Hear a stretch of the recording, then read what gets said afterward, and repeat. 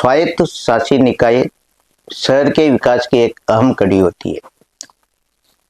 इस निकाय में सबसे बड़ी भूमिका होती है वार्ड पार्षद की, जो जनता से सीधा जुड़ा होता है। आज हम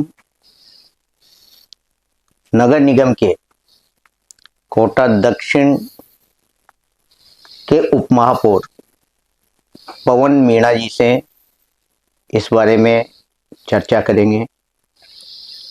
नगर निगम की स्थिति के बारे में, साथ ही इनके द्वारा कराए गए विकास कार्यों की भी हम इनसे बखूबी बात करेंगे। आइए बात करते हैं उप महापौर पवन मीणा जी से।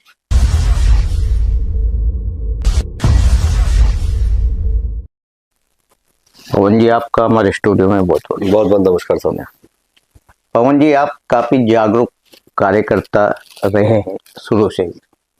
मैं जानना चाहता हूं कि राजनीति में आने का मानस कैसे बना आपका? हमारे ये संस्कार जो है हमारे परिवार से मिले हैं। हमारे जो दादाजी थे, हमारे पिताजी थे, उनको हमने बचपन से देखा हुआ है कि लोगों की मदद करते हुए, जी। और ये संस्कार उन्हीं की तरफ से हमें मिले हैं कि जब कोई असहाय या कोई जरूरतमंद कभी अगर व्यक्ति आपके पास आता है जी। और ईश्वर ने आपको उस लायक बनाया है कि आप उसकी मदद कर सको, तो आपको उसकी मदद करनी चाहिए। तो हमें हमारे पिताजी से और दादाजी से प्रेरणा मिली है, तो हम इसी वजह से राजनीति के अंदर आए हैं। जी। पवन जी, आपका काफी अनुभव है नगर निगम में। जी सर। क्योंकि दूसरी बार आपको जनता ने अच्छे बहुमत से आपको नगर निगम का दायित्व दिया। जी। जैसा हमने सुना कि किसी भी पार्टी का मतदाता हो, आपको दिल से चाहता है, ऐसा क्यों? आज के समय में जो राजनीति का जो आयाम है वो कुछ बदल सा चुका है। अभी आप देखेंगे जो नगर निकाय चुनाव है, चाहे सरपंच के चुनाव है, जी।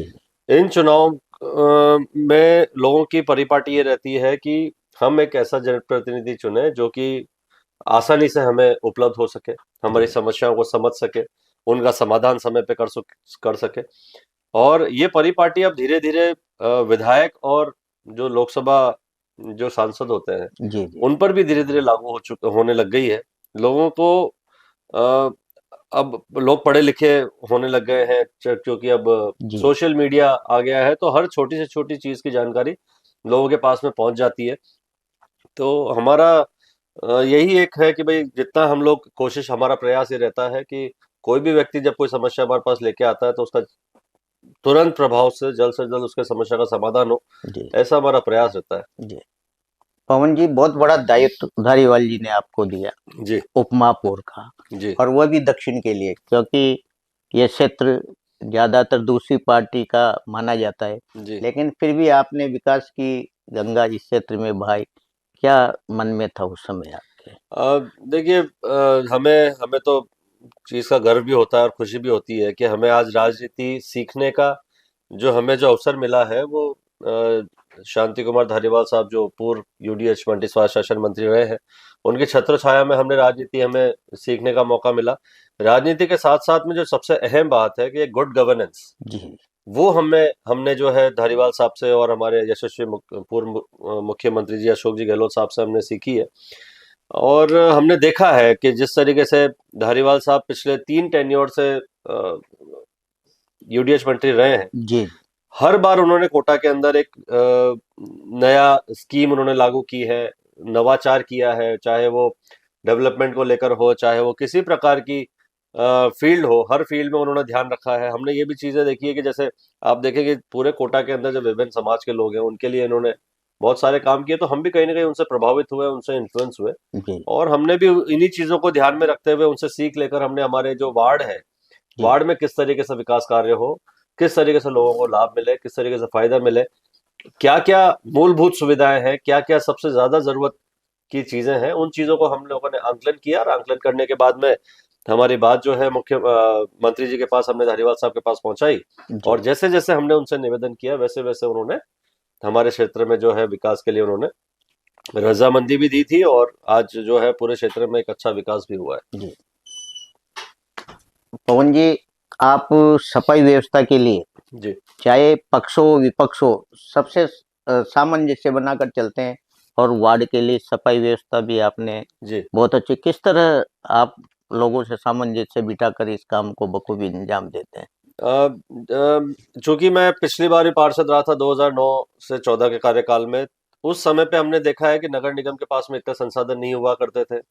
पहले जो प्राइवेट लेबर्स के ऊपर ही काम होता था, पहले ट्रिपर्स नहीं चलते थे, तो जी, पहले उस समय पे कचरा संग्रहण को लेकर हमें बड़ी समस्या आती थी। बिल्कुल।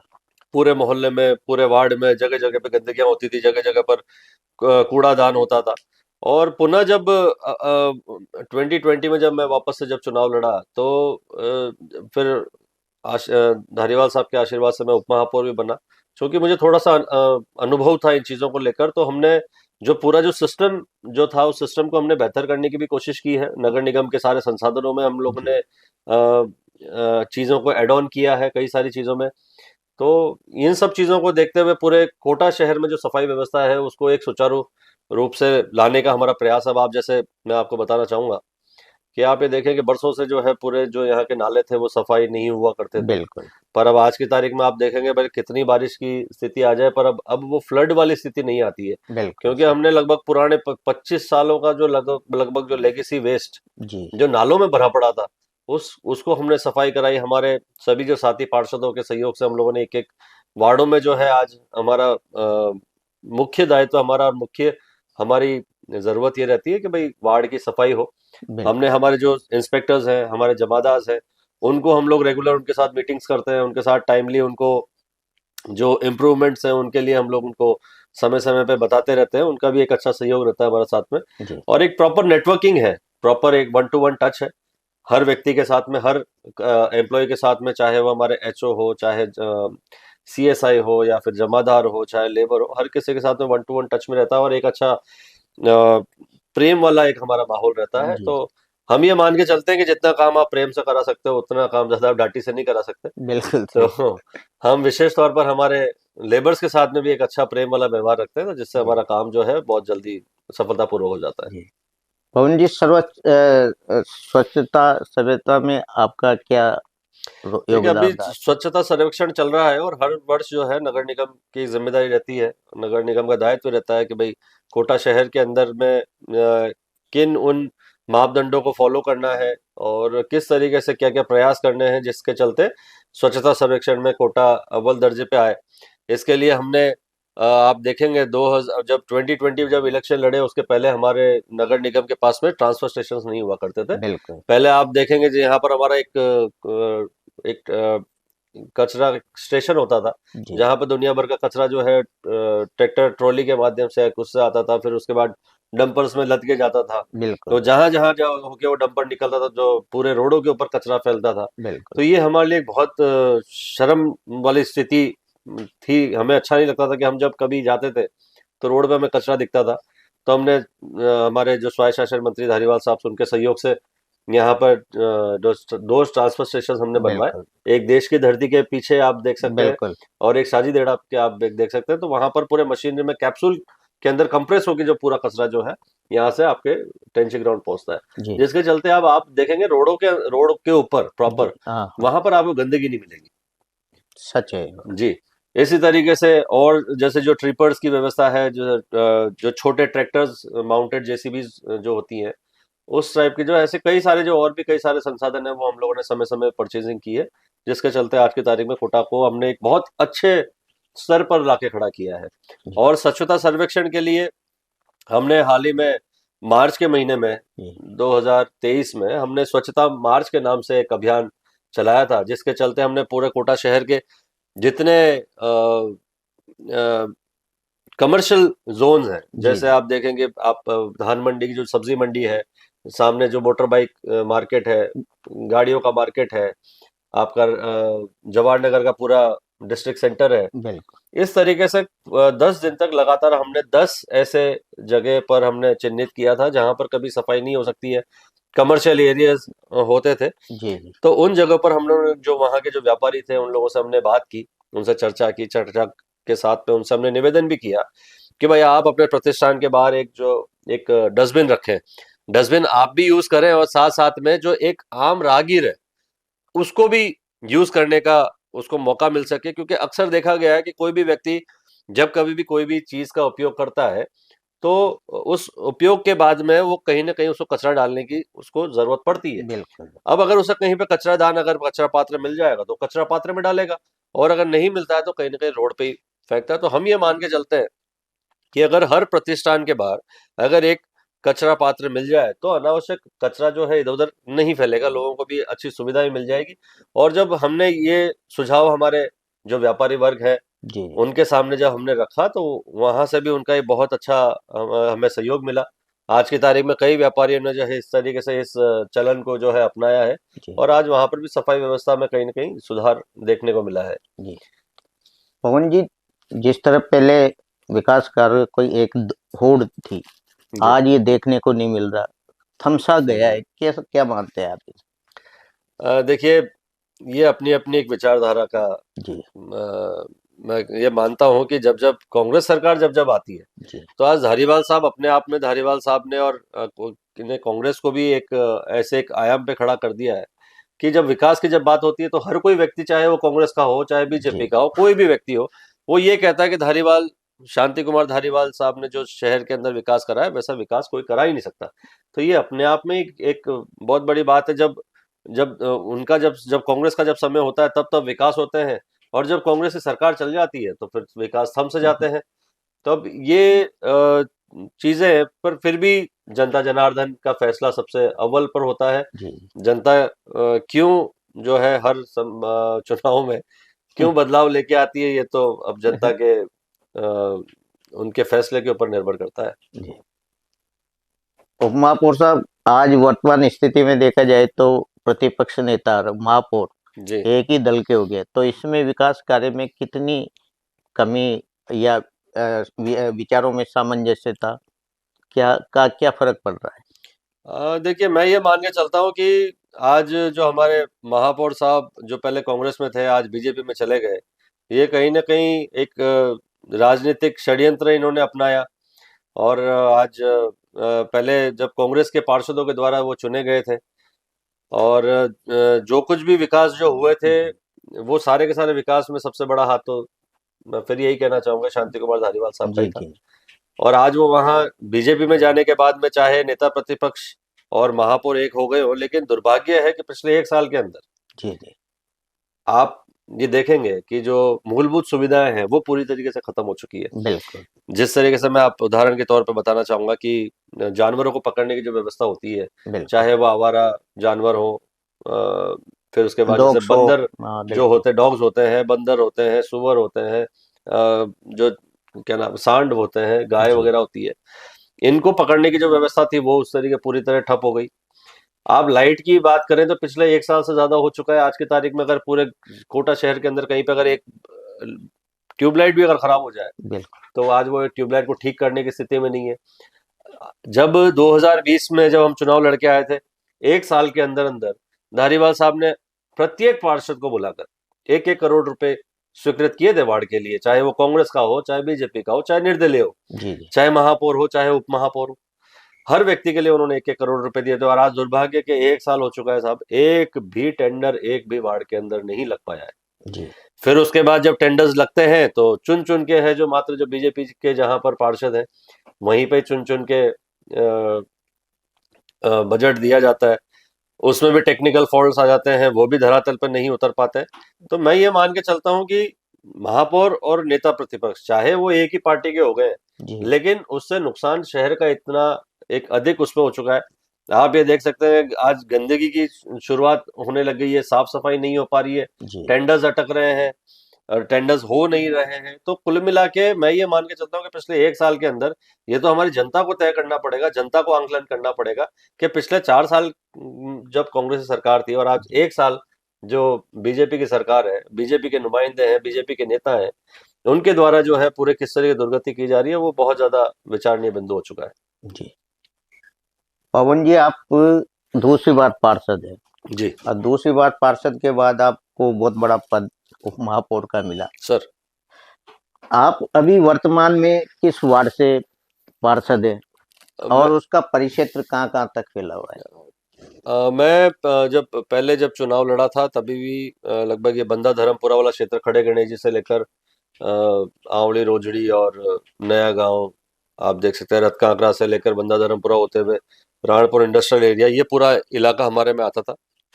परिसीमन के बाद में आज हमारे उस वार्ड के आज के तारीख में 6 वार्ड हो चुके हैं। जी। आज का जो मेरा वार्ड है वार्ड नंबर 8 के नाम से जाना जाता है, नगर निगम कोटा दक्षिण में। खड़े गणेश जी से इसकी शुरुआत होती है। आप देख सकते हैं कि मुकुंदरा, हाड़ौती कॉलोनी, सुमन नगर, देवनारायण योजना जो पशुपालकों की योजना है, बंदा है, धर्मपुरा है, रथ कांकरा है। रथ कांकरा शिव ज्योति कॉन्वेंट स्कूल तक गेपण नाथ के नाम से जिसको सब जानते हैं, वहां तक ये जो है पूरा वार्ड फैला हुआ है। जी। जी इतना लंबा वार्ड आपका है, जी। विकास कार्य कैसे संभव हो पाते होंगे?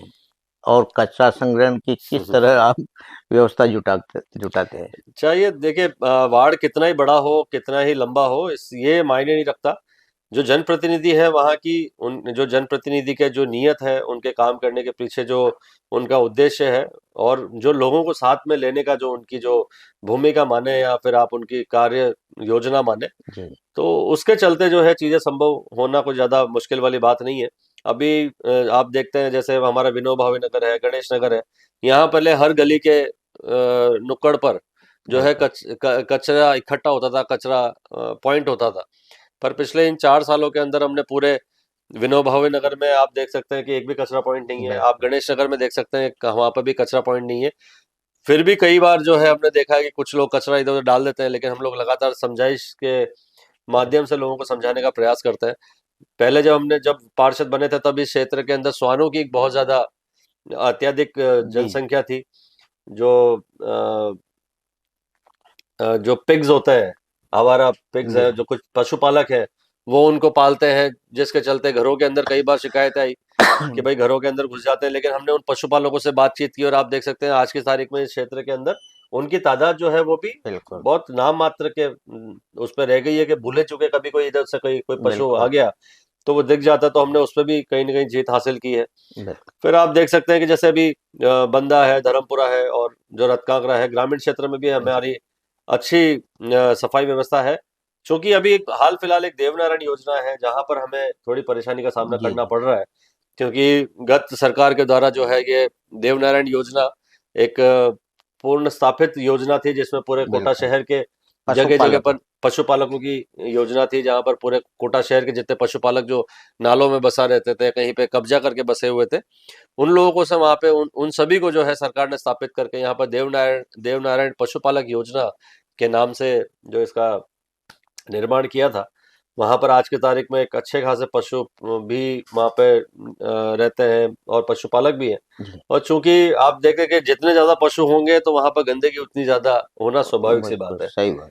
और उस पर निजात पाने में थोड़ी सी हमें बेशक परेशानी जी। महसूस हो रही है, क्योंकि आज आप ये मान के चलें कि 15,000 जानवरों को आपने एक जगह पे रख दिया, और वहां पर अगर आप रेगुलर बिल्कुल सही। सफाई की अगर आप कल्पना नहीं करें नहीं सही है। तो थोड़ा सा मुश्किल काम है। लेकिन फिर भी हम लोग प्रयास कर रहे हैं, समय समय पे हम लोग जितनी हमारी जो हमारे पास संसाधन है उनसे हम लोग प्रयास कर रहे हैं। और आगे अभी निगम में हमने निवेदन भी किया है कि एक पर्सनल एक वहां से एक लेबर्स हमें एक्स्ट्रा लेबर्स हमें मिले, जी। जी। जिसके चलते वहाँ पशुपालकों को जो समय समय पे नालियों का, रोड की सफाई की जो डिमांड है जी। वो पूरी की जा सके, और हमें विश्वास है कि आने वाले टाइम पे हम उस पर भी जीत हासिल कर लेंगे। जी।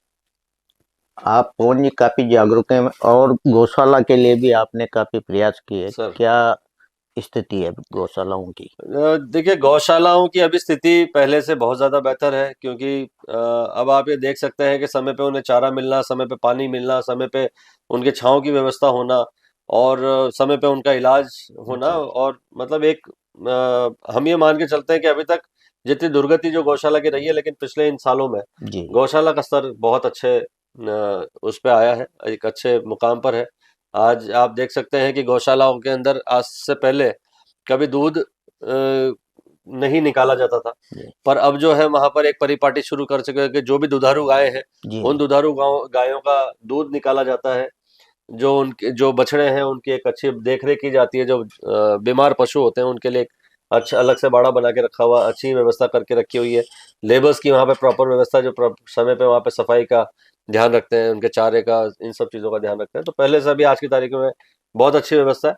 वहां पे भी लेकिन हमें एक चीज हमारी जो है वो अचूकी रह गई है। जी हमारा अभी भी वहां पे प्रयास था, शुरू से हमने सुझाव दिया था, पर वो कहीं ना कहीं वो चीज हो नहीं पाई क्योंकि उसमें थोड़ा सा बजट बड़ा था। एक जी इंक्लिनेशन सेंटर का हमारा प्रयास रहा है शुरू से कि भाई जो भी जानवर है, आज कोई मर जाते हैं जानवर, मृतक जी जानवरों को, तो उन्हें उनके जो डिस्पोजल, जो बॉडी डिस्पोजल का एक जी जी इंक्लिनेशन सेंटर होता है, तो उसमें एक बड़ा खर्चा 50 से 60 लाख रुपए का खर्चा आता है। तो वो हमने अभी भी सरकार के पास में उस चीज को भिजवाया है। तो अगर वो चीज आ जाती है तो उससे भी कहीं ना कहीं महामारी फैलने में जो है कमी आएगी, और जी जो है जानवरों को बीमारी से बचाव किया जाएगा। जी।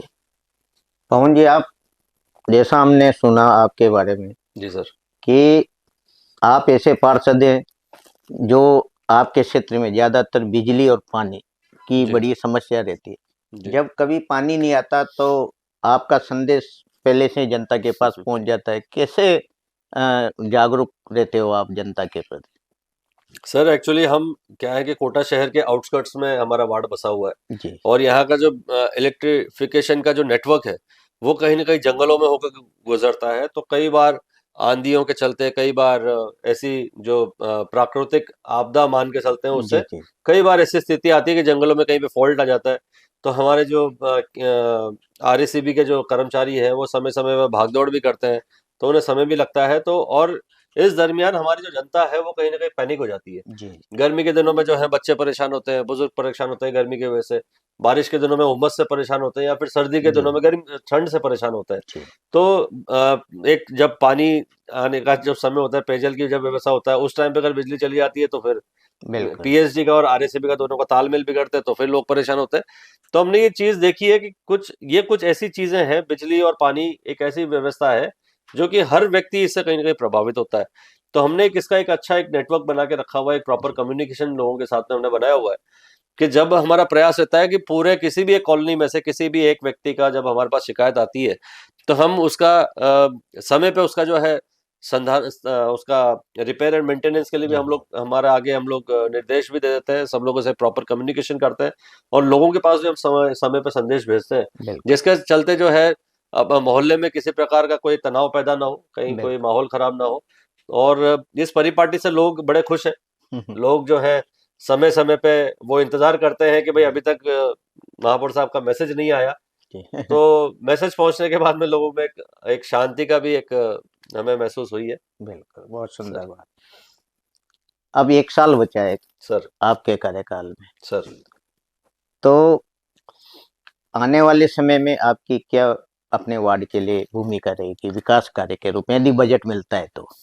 देखिए, पिछले इन 4 सालों के अंदर वैसे तो बहुत हमारे क्षेत्र के अंदर बहुत सारे विकास हुए हैं, बहुत सारे काम हुए हैं, करोड़ों रुपए के काम हुए हैं, लोगों को लाभ भी मिला है, जी चाहे वो कोई सा भी मतलब हमारे वार्ड के कोई सा भी कॉलोनी हो, लगभग लगभग सब जगह ही काम सब जगह हुए हैं। पर फिर भी अभी जैसे हमारा एक गणेश नगर है, वहाँ के जो हमारी जनता है वहाँ की एक सबसे ज्यादा डिमांड है कि उनके सीसी रोड्स वहाँ पे हो। जी और हमारे जैसे ग्रामीण क्षेत्र है, तो ग्रामीण क्षेत्र में उनकी भी डिमांड रहती है कि एक पेयजल की एक प्रॉपर व्यवस्था हो, बिल्कुल। नालियों की अच्छी व्यवस्था हो। तो जैसे जैसे जैसे जनता के जो है मूलभूत सुविधाओं को तो हमने उनको मुहैया करवाया है, जी जी पर फिर भी अभी कुछ चीजें ऐसी रह गई हैं कि हम ये मान के चलते हैं कि अगर कांग्रेस सरकार अगर वापस रिपीट कर जाती, तो हम इन 1 साल के अंदर अंदर उन सभी समस्याओं का समाधान कर जाते। पर अब आज जिस तरीके से जो द्वेषता वाली जो राजनीति हो रही है, और जो पक्षपाती जो राजनीति हो रही है कि सिर्फ बीजेपी के वार्ड के पार्षदों को बजट देना है, कांग्रेस के पार्षदों को बजट नहीं देना, बिल्कुल जिसका नतीजा ये निकला कि अभी हाल फिलहाल पिछले महीने में 11 और 12 तारीख को हमें पूरे पार्षदों के साथ में नगर निगम के बाहर जो है गेट नंबर 2 पर हमें धरना देना पड़ा था। जी और हमें हमने हमारी उप महापौर रहते हुए भी मुझे वहां पर धरना देने वाली नौबत आई। पिछले बिल्कुल 4 साल में ऐसी नौबत कभी नहीं आई कांग्रेस सरकार में कि एक जनता के चुने हुए जो प्रतिनिधि हैं या जो संस्था प्रधान है, उन्हें ही जो है संस्था के बाहर बैठ के बिल्कुल धरना देना पड़ा हो। पर फिर भी हम जनता के लिए जनता द्वारा चुने गए हैं, जनता के लिए हम लोग का काम, हमारा दायित्व तो बनता है, इसलिए जनता के लिए अगर हमें रोड पे भी आके अगर बैठना पड़ा तो हम उसके लिए भी बिल्कुल तैयार हैं। और हम विश्वास दिलाते हैं आपके चैनल के माध्यम से हमारी जनता को कि भैया आपके लिए हम तन मन और धन से पूरी तरीके से हम लोग जो है हम समर्पित है। और अगले 1 साल के अंदर भी हमसे जितना बन सकेगा, जी जी। चाहे भले के धरने देने पड़े या सत्याग्रह करना पड़े या फिर किसी प्रकार का किसी भी लेवल के संघर्ष पे जाना पड़ा, तो हम करने के लिए तैयार हैं और जनता के लिए हमेशा, चाहे दिन हो या रात हो, हमेशा हम खड़े रहेंगे। जाते जाते पवन जी, आप जनता को, शहर की जनता को क्या संदेश देना चाहेंगे सफाई व्यवस्था या अन्य चीजों के लिए? मैं एसटीएन के माध्यम से मैं जितने भी हमारे जो कोटा नगर वासी हैं, और मैं आप सभी लोगों से एक निवेदन करना चाहता हूं कि जिस तरीके से अपना घर की जब हम सफाई करते हैं, घर में एक स्वच्छ वातावरण बनाए रखने का हमारा प्रयास रहता है, उसी तरीके से हमारा प्रयास है कि हमारा गली, हमारा मोहल्ला, हमारा शहर भी साफ रहे। क्योंकि आज अगर हमारा शहर गंदा होता है, जगह जगह पर दीवारों पे कोई पिचकारियों से कोई थूक जाते हैं या फिर जगह जगह कहीं पे भी कचरा डाल देते हैं, तो इससे कहीं ना कहीं मैं ये मान के चलता हूँ कि बाहर के जो देश दुनिया के जो लोग जो कोटा को देखते हैं, तो कोटा की एक छवि और आपकी एक छवि उनके जहन में बनती है। तो जिस तरीके से हम हमारे घर को साफ रखते हैं, उसी तरीके से हम हमारे शहर को भी साफ रखें। जिस तरीके से हम प्रातः पूरे घर में हम कचरा निकालते हैं, झाड़ू लगाते हैं, कचरे को प्रॉपर एक डस्टबिन में डालते हैं, उसी तरीके से उस डस्टबिन का जो कचरा है, जो नगर निगम की जो ट्रिपर्स होते हैं, उसी में डालें। अक्सर देखा गया है कि कचरा जो है खुले में डाल दिया जाता है, वहां पर जो है आवारा पशु जो है वो वहां पर उस कचरे को फैला देते हैं और फिर उसके बाद गंदगी का अंबार लग जाता है। तो ऐसा नहीं होना चाहिए। दूसरी बात, मैं आप लोगों से एक निवेदन करना चाहूंगा कि अक्सर कई कई बार ये देखा गया है कि जहां कहीं भी इस तरीके से कचरा इकट्ठा होता है, तो कुछ लोग वहां पर कचरे में आग लगा देते हैं और सोच लेते हैं कि भैया यहाँ के कचरे की सफाई हो चुकी है। पर मैं ये मान के चलता हूँ कि वो वास्तव में सफाई नहीं हो रही है। वो कचरा हटाने के नाम पर जो है, जिसमें आग लगाई गई है, उसमें कई सारे जहरीली गैस और इसका जो है उत्पादन होता है, कहीं ना कहीं ये कैंसर को निमंत्रण देता है। तो मैं ये मान के चलता हूँ कि जहां कहीं भी आप देखें कि भाई कचरे में आग लगा रहे हैं, तो इस कचरे को आग लगाना बंद करें। अगर आपको कहीं पे किसी प्रकार की कोई परेशानी है, कहीं पे कचरे की कोई परेशानी, तो बेशक हम आपके लिए, हम जिम्मेदार हैं इस चीजों के लिए, आप हमें बता सकते हैं। हमारा प्रयास रहेगा जल्द से जल्द आपकी समस्याओं का समाधान करना। जहीं कहीं भी कहीं आपको कचरा दिखता है, तो आप हमें बताइए, हम उस कचरे को वहां से उठवाने का हमारा प्रयास रहेगा। ये मेरा आप पूरे कोटा शहर वालों से निवेदन है। ये थे हमारे साथ दक्षिण नगर निगम के उप महापौर पवन मीणा जी। मीणा जी हमेशा जागरूक रहे हैं, चाहे सफाई व्यवस्था हो, मूलभूत सुविधाएं, आगे आकर जनता के लिए लड़ते हैं और उनका समाधान कराते हैं। इनका मानना है कि आने वाले समय में जो विकास बाकी रह गया है, उसको पुरजोर कोशिश करके ये जनता को सौंपेंगे, ऐसी इनका कहना है। आज ये हमारे स्टूडियो में पधारे। बहुत नमस्कार। बहुत धन्यवाद साहब, बहुत बहुत धन्यवाद।